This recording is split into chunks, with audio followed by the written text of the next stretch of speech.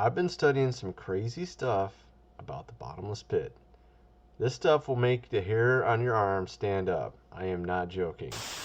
It looks like a terrible, terrible, unbelievable plague of demons from hell is going to be unleashed on this earth like the world has never seen. It's really hard to believe. Chapter 9, beginning at verse 1. And the fifth angel sounded, and I saw a star fall from heaven unto the earth, and to him was given the key of the bottomless pit.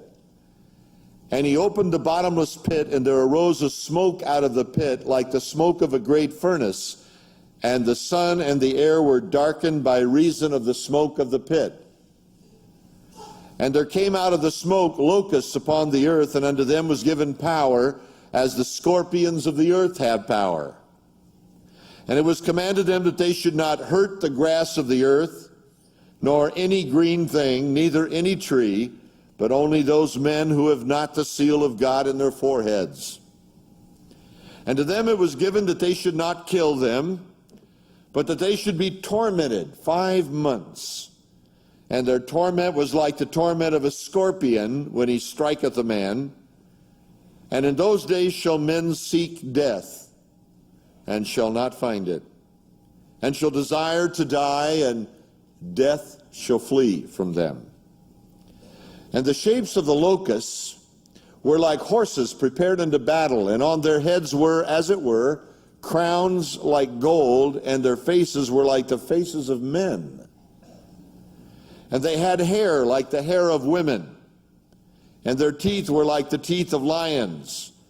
And they had breastplates, as it were breastplates of iron, and the sound of their wings was like the sound of chariots of many horses running to battle. And they had tails like scorpions, and there were stings in their tails, and their power was to hurt men 5 months. And they had a king over them, who is the angel of the bottomless pit, whose name in the Hebrew tongue is Abaddon, but in the Greek tongue hath his name Apollyon. One woe is past, and behold, there come 2 woes more hereafter. The locusts that John saw come out of the bottomless pit were a kind of infernal cherubim. That is, they were a combination of horse, the man, the woman, the lion, and the scorpion. And the sound of their wings as flying was the sound of chariots of many horses running to battle. So we're talking about Nephilim offspring, fallen angel offspring, where they did, it says in the book of Jubilees about them actually corrupting the animals and actually making hybrids, where you had genetic hybrids between humans and animals. One thing that people don't really notice about these locusts mentioned in Revelation is that they don't touch any green thing. They don't touch grass, trees, or any green thing, which obviously if they were regular locusts, they would be eating those things. So we're not talking normal locusts here, okay? The character of the torment was like that of a sting of a scorpion, which causes excruciating pain that often causes the afflicted person to desire to die.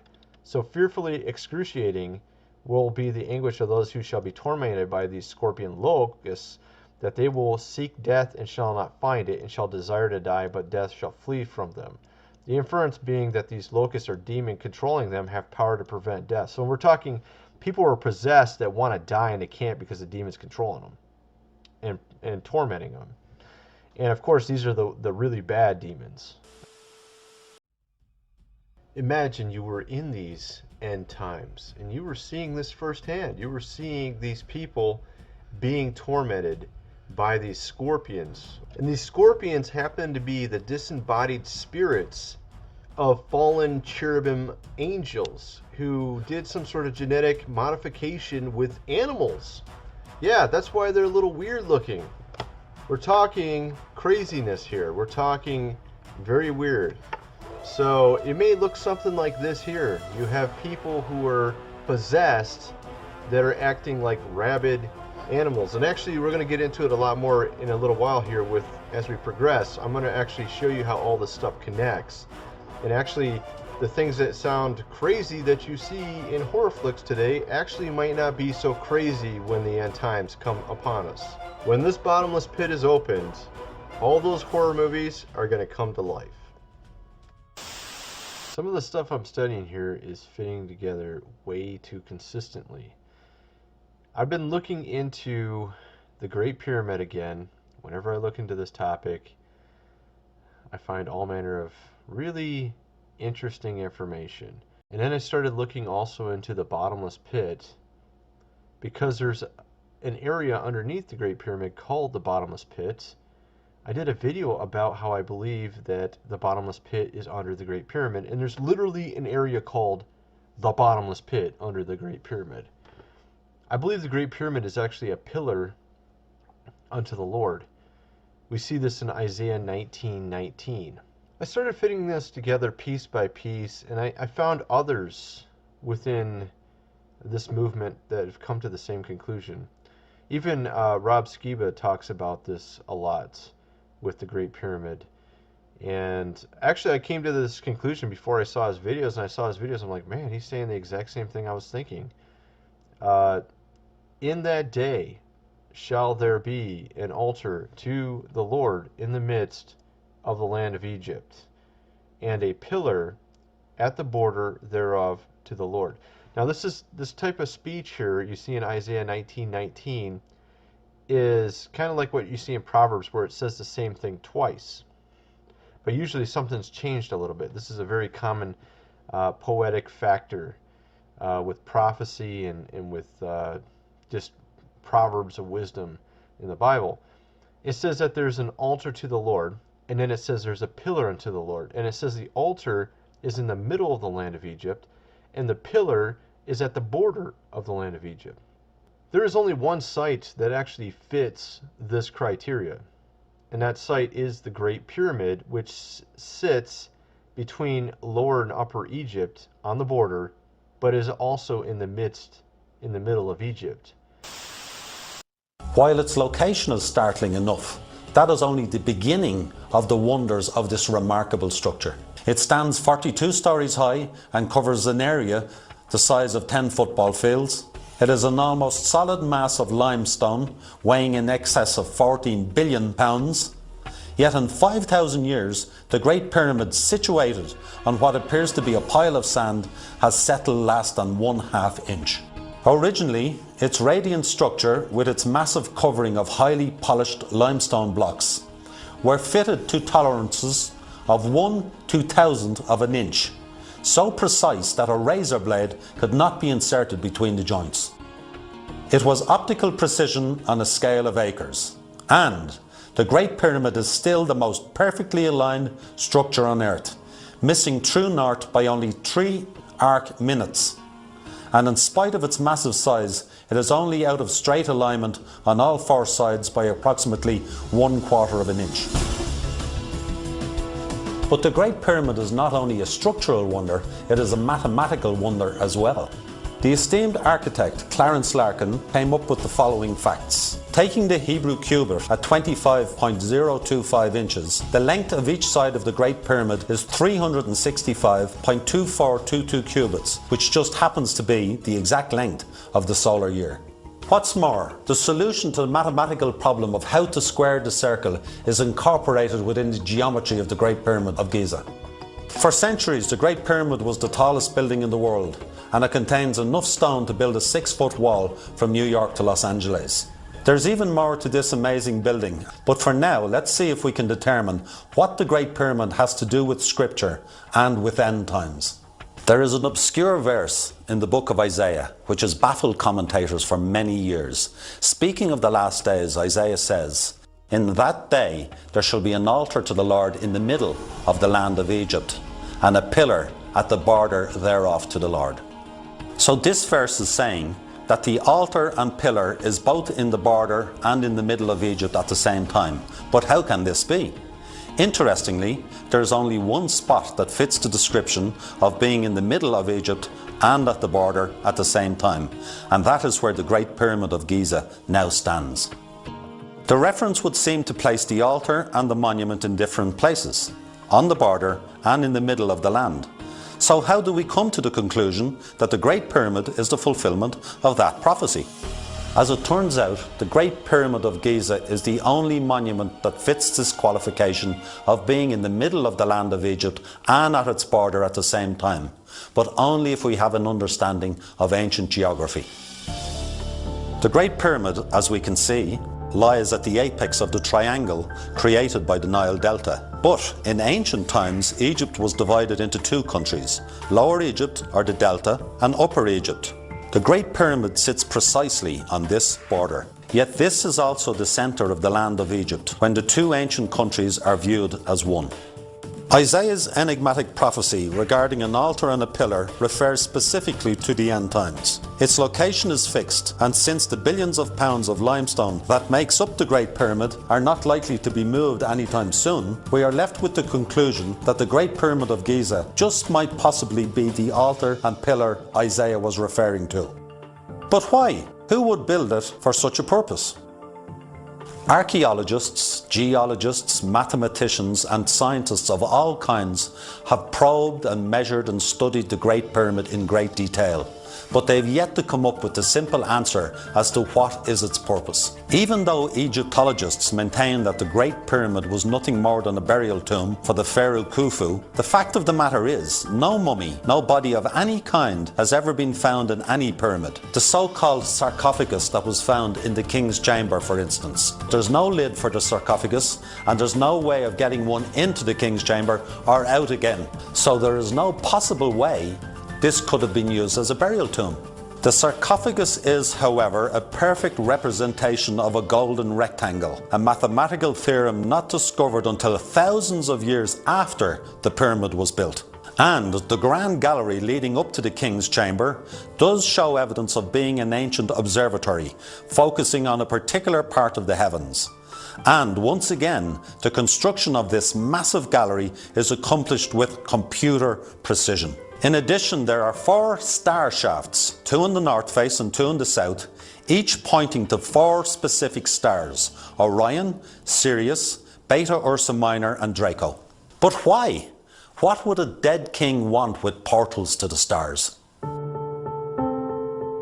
Ancient Egypt preserved complex beliefs concerning the creation of the world in the little-known Edfu building texts carved into the walls of the Edfu temple in Upper Egypt.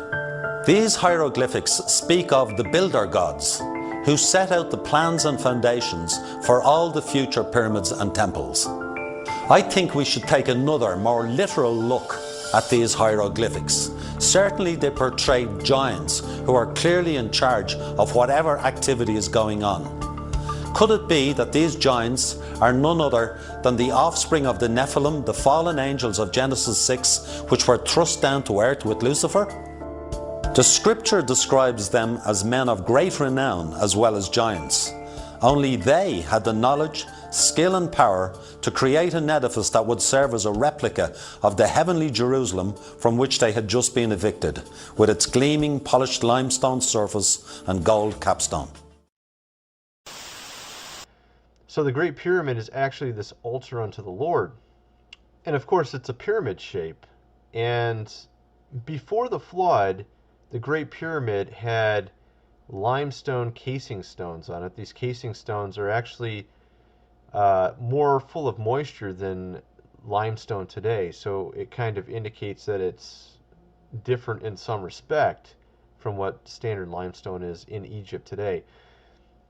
A lot of this limestone was removed, these casing stones, from the Great Pyramid when they started falling apart after a massive earthquake. I think it was in 1303 AD, and a lot of them were used to build Muslim mosques. The interesting thing was, before the flood, we could not build the Great Pyramid. We have no way to do it with the technology we have today. And we know that way back then, they were not able to do this with what we know of their tools. So obviously there was some sort of advanced tools being used.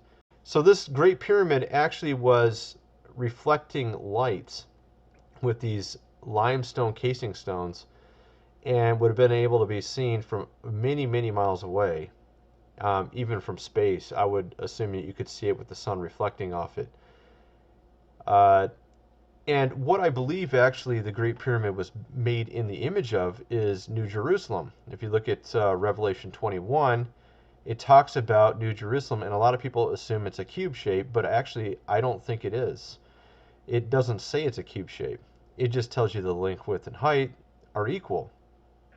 And I've looked into some articles on this topic, and actually it just came to my head. I just started getting these impressions that people were wrong about New Jerusalem, and I just kind of to get maybe it's from God. I'm kind of getting this feeling of this thought that they're wrong about what New Jerusalem is. It's actually a pyramid shape. And I look and I see that there's others saying the same thing. It's like, wow, this is amazing. So I looked into it more, and it says 1,500 miles for New Jerusalem, length, width, height. But actually, this is sort of an assumption of how it's actually being measured. In reality, I think what is being described in Revelation 21 is that it's 1,500 miles circumference, the four sides. So you have the length and width being actually 375 miles by 375 miles, and the height being 375 miles, being in a pyramid shape, similar to what the Great Pyramid was when it was originally made. And I believe that, based on some of the studies I'm doing here, and like I said, I'm not going into great detail on this, I'm just explaining out what kind of some of the conclusions I've made from my studies so far. I believe Enoch actually was commissioned over building the Great Pyramid, and perhaps it's not something that we know for sure. Perhaps even the Nephilim were used to create the Great Pyramid, because we know that Enoch was the one who is speaking to God about their problem, these fallen angels that really screwed up. And we know also that with King Solomon's temple, they actually used the Amorites and the Hittites, other various Nephilim offspring, to build it, which the Israelites were supposed to have destroyed these fallen angel offspring, but instead they used them as forced labor to build the temple. So why wouldn't it be possible that they were being used for forced labor, these fallen angels, to build this altar unto God, in a sense sort of like a punishment for their sins and their crimes against God, with the coming down on Mount Hermon, according to the book of Enoch, these 200 fallen angels. And this is just a guess. We don't know exactly, right? So this is just some of the stuff I've been learning from my research into this topic. And I realized, that this Great Pyramid as an altar is an image of New Jerusalem. New Jerusalem is also a pyramid shape, and it shines with the glory of God, according to Revelation 21. And it replaces the sun and the moon in the new earth, new heaven, new earth, New Jerusalem setup. So what I'm thinking is that, with the Great Pyramid, it was actually created before the deluge, before the Great Flood, and there's also indication that of flood waters, various water damage on the Great Pyramid. And with this being said, that kind of lends credence to the fact that it was actually built before the Great Flood. Now, with these fallen angels being judged, they were actually judged 700 years before the Great Flood, because what we see with the Great Flood is actually the offspring of the fallen angels that are causing trouble and corrupting the earth, and that the fallen angels had already been judged 700 years before the Great Flood and were already put in Tartarus. Now, I tend to believe that Tartarus and the bottomless pit are one and the same. I'm not totally sure. Some say that the bottomless pit is separate. The bottomless pit's for the demons only, and that Tartarus is separate, and the lowest part of hell, I guess you would say, and that's where the fallen angels are in chains, according to, what is it, 2 Peter? Let me look. Actually, it's 2 Peter 2:4 and Jude 1:6, because Jude 1:6 and 2 Peter 2, 2 Peter and Jude follow the same basic storyline. And Jude quotes from the book of Enoch and also mentions that they're bound in chains, which is not, you don't find that type of terminology or phraseology anywhere in the Old Testament. You only find that in the book of Enoch. So this is even more lending credence to the book of Enoch. Look at the book of Enoch, chapter 10, it talks about the archangel Raphael imprisoning the fallen angel Azazel.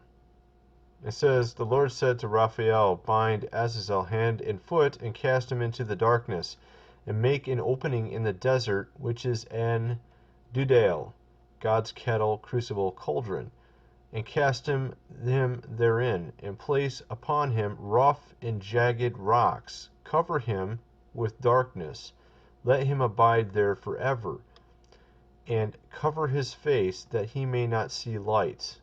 And on the day of the great judgment he shall be cast into the fire, and heal the earth which the angels have corrupted, and proclaim the healing of the earth. Okay, so you can see kind of that it says something about the location right here, Dudael, right? And actually, if we look at the book of Tobit, it actually tells us where this is located. Tobit 8, verses 1 through 3. And after they had supped, they brought in the young men to her, and Tobias, remembering the angel's word, took out of his bag part of the liver and laid it upon the burning coals. Then the angel Raphael took the devil and bound him in the desert of Upper Egypt. This is kind of interesting.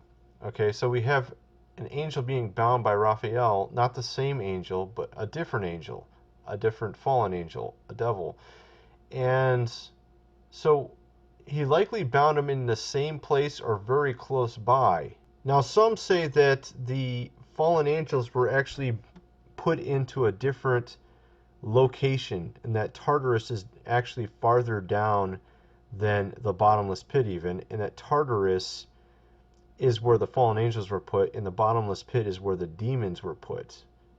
Okay, and this might be the case, or maybe they were put in the same place. Both of them are in Egypt, from what I can tell. Now, it might be that the fallen angels themselves were put, this is speculative, this is what one person says here, that they might have been placed in Nabta Playa complex, which is a circular megalithic structure, and that it has rough and jagged rocks, as like the Book of Enoch says. Here's the image of that location. Now, that may be where, underneath this, where this Azazel was buried, deep down in the ground, and it's in Upper Egypt. Or it could be also underneath the bottomless pit. You know, I don't know how this jagged, rough and jagged rocks was translated. Maybe that's what it was. So, you know, either way, it looks like both the bottomless pit and Tartarus, whether they're one and the same or not, are both located in Egypt. So it's pretty interesting topic. The way they're explaining some of this with the bottomless pit is pretty disturbing about these disembodied spirits. Okay, it talks about, let me just read a little bit of this and then you'll know what I'm talking about. Demons, who are not Satan's angels but a class of disembodied spirits, supposed by many to be the disembodied spirits of the inhabitants of the pre-Adamite earth, which is what it is that we're talking Nephilim offsprings, disembodied spirits or demons, who, as they have liberty and opportunity as in the days of Christ, try to re-embody themselves again in human bodies. And this is what some people talk about, is what they're going to try to do. And this is actually what's going to happen. This is what it's talking about with scorpion stings. When it talks about the bottomless pit being open in Revelation, I'll read and you'll know what I'm talking about. They are wicked, unclean, vicious spirits. And actually, according to the book of Jubilees, 90% of them were put into the bottomless pit. Only 10% of demons are on the earth right now. 10%. And these are like the nice ones. The ones that are on earth right now are like the not mean ones. The ones that weren't trying to kill people, somehow kill people as spirits, you know. They were complaining about the fact that these disembodied spirits were killing people and causing a lot of havoc. And they asked God to remove them from the earth. All these corrupted beings that were killed off in the flood. Because they were causing havoc even after they're dead. Okay, so they were asking God to remove them. So God said, okay, I'll remove 90% of them. I'll leave 10%. I'll leave the ones that are not so bad on earth. So what you see today as demons are actually like the not bad ones. Okay, when Revelation, When we have the bottomless pit opened up, we have the other 90% released back onto Earth. This is what we're talking about here, okay? They are wicked, unclean, vicious, have the power to derange both mind and body. Matthew 12:22, 15:22, Luke 4:35, 8:26 through 36, 9:42. I wanted to also mention that a lot of occultists go to the Great Pyramid to receive revelation. I think they're actually somehow communicating with these spirits that are underneath the Great Pyramid. I think the bottomless pit's under the Great Pyramid. And this is why you see Aleister Crowley went to the Great Pyramid, and he had saw a gray. Before we even knew about UFOs and aliens, he saw a gray in the Great Pyramid. Okay? So that should be a little bit disturbing. I've heard of a lot of other really weird stories about people went to the Great Pyramid and saw really strange things while they were there. Can you imagine everybody being possessed that's not a Christian? And just like being tormented by these demons and controlled by them. And I started thinking about these latest zombie movies where you have these zombies that are like insanely strong and fast, and just like kind of like locusts, like climbing over each other trying to do stuff.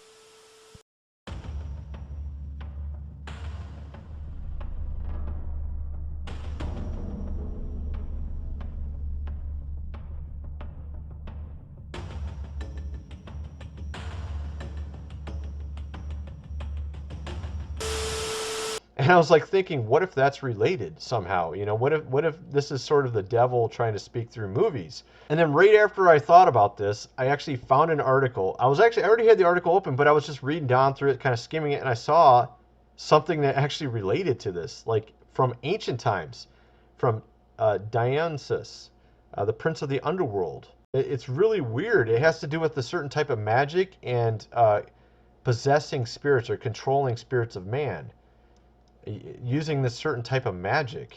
And it all came from the Great Pyramids. When I say the Great Pyramid was actually set forth to also retain knowledge of man while the flood was going on. So we had all this knowledge of man being put into the Great Pyramid to be retained, sort of like a library during the flood. But of course, you know, the devil knows how to use such things for perversion. Information can be used to do evil. And I think this is what we're talking about here. This is why Egypt had the greatest magicians. They had the greatest magicians around the time of Moses, because they all were using this knowledge in an evil way. See, the whole idea with this Dionysus is that she can control the spirit of these people. Through a magic spell, she has control of their spirit, and they can't resist her. And this is why they go and do these mad, crazy things, which means they're basically possessed and they go do crazy stuff, which seems very zombie-like how they're doing it. The tearing apart and eating alive of sacrificial victim refers to the earliest history of Dionysus. Violent cult rituals existing since the dawn of paganism stipulated that by eating alive or drinking the blood of an enemy or an animal, a person might capture the essence of the soul strength of the victim. The earliest Norwegian huntsmen believed this idea. They drank the blood of bears in effort to capture their physical strength. East African Maasai warriors also practiced omophagia, and they sought to gain strength of the wild by drinking blood of lions. Human victims were treated in this way by headhunters of East Indies in effort to capture their essence. And you hear about Satanists that also do this stuff. Through prophet Ezekiel described the magic bands called Kesa Tot of the Baki, which, as in the Omophagia, were used to capture magically imprison the souls of men. We read, "Therefore, thus says the Lord God, Behold, I am against your magic bands, Kesatut, by which you hunt lives, souls. They're as birds, and I will tear them off your arms. I will let them go, even those lives, souls, whom you hunt as birds." And this is Ezekiel 13, verse 20. In Acts 17:34, we read of a man who may have been similarly liberated from the control of Dionysus. Howbeit certain men clave unto Paul, and believed, among which was Dionysus the Areopagite. Areopagite. To carry the name Dionysus meant one of two things. The parents were devotees of Dionysus and thus called their child was predestined to be a follower of the god, or the individual was under the spell of Kesatot, which is what was read basically in Ezekiel there, and how God would release him from this possession. The Kesatot was a magic armband used in connection with Orca, or a container called the kisti. Wherever the kisti is inscribed on sarcophagi and on Bacchic scenes, it is depicted as a sacred vessel, a soul prison, with a snake peering through the open lid. How the magic worked and the way the soul was imprisoned is still a mystery. Pan, the half-human, half-goat god, later relegated to devildom, is sometimes pictured as kicking the lid open and letting the snake or souls out. Such loose snakes were then depicted as being enslaved around the limbs, bound in the hair of Bacchae women. Such imagery of Pan and the serpents, the imprisoned souls, and magic Kesatot and Kisti have never been adequately explained by available authorities, and the interpretation of them as method for producing zombies is thus a subject of ongoing scrutiny.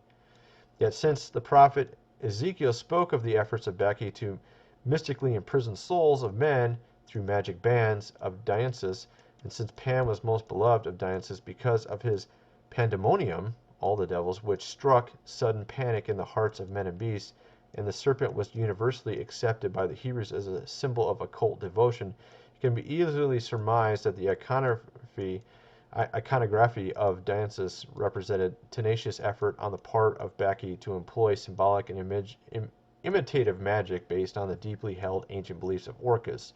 So you get the idea. So what I'm trying to say is, this ancient practice, these mystery religion practice, which is clearly linked to the devil, was a way of possessing people, and they became maniacal and even tore and ate people, which reminds me of these zombie movies. And why do we have so much zombie shows? Could this be basically the devil secretly trying to bring this back in? Because this is the devil's way. When he possesses, when this Dionysus, which is akin to the devil, possesses and controls these souls, they become like zombies and eat people. Literally. I mean, in a sense, they aren't zombies, but they're going around and eating and ravaging and killing people. Okay? And could it be, I'm just thinking out loud, I'm just thinking to myself, when this bottomless pit is opened and these demons come forth and possess all these people that don't have God, could it be, in a sense, kind of like zombies? I don't know. It's just really weird to think about. I mean, I always used to laugh at this zombie connection with the end times. Oh, zombies. Okay, yeah, that's funny. But when I started looking into some of these ancient practices and how it's directly linked to the devil, and they were like zombies, and then we have all clearly that these scorpions are spirits of demons, and they come forth and they possess these people. It could be something kind of really like a horror movie like this. It's pretty insane to think about. It's just crazy to think about. I just thought I would just present this and see what everybody thought. I was just like, wow, this is crazy.